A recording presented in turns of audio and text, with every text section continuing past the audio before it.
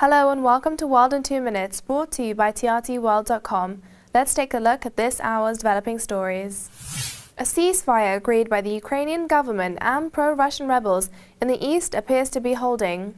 There were no reports of fighting overnight after the deal was struck in Minsk. Ukraine's President Petro Poroshenko says there should now be talks about a long-term solution to the conflict, which has killed about 2,600 people. However, the rebels said the ceasefire had not changed their policy of wanting to separate from Ukraine.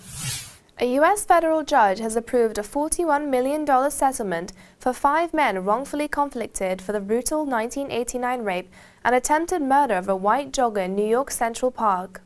The settlement ended a civil rights lawsuit over the Central Park jogger case that lasted decades.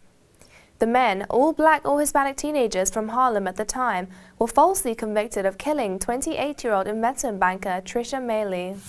Hundreds of mourners paid their last respects to the journalist at a somber and emotional ceremony held just days after his beheading by ISIS militants.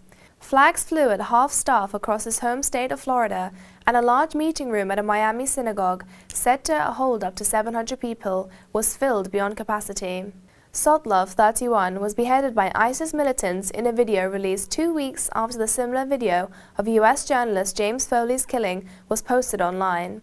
The freelance reporter, who had written for various publications, including Time magazine, Foreign Policy, and others, was kidnapped April 4, 2013, in Aleppo near the Turkish border.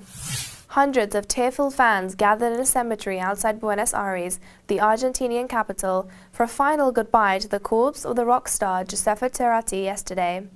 Cerati, 55, died on Thursday, was one of the most influential musicians of Latin America. Thanks for tuning into this hour's session of World in 2 Minutes. Check trtworld.com in 2 hours for the latest news and updates on developing stories.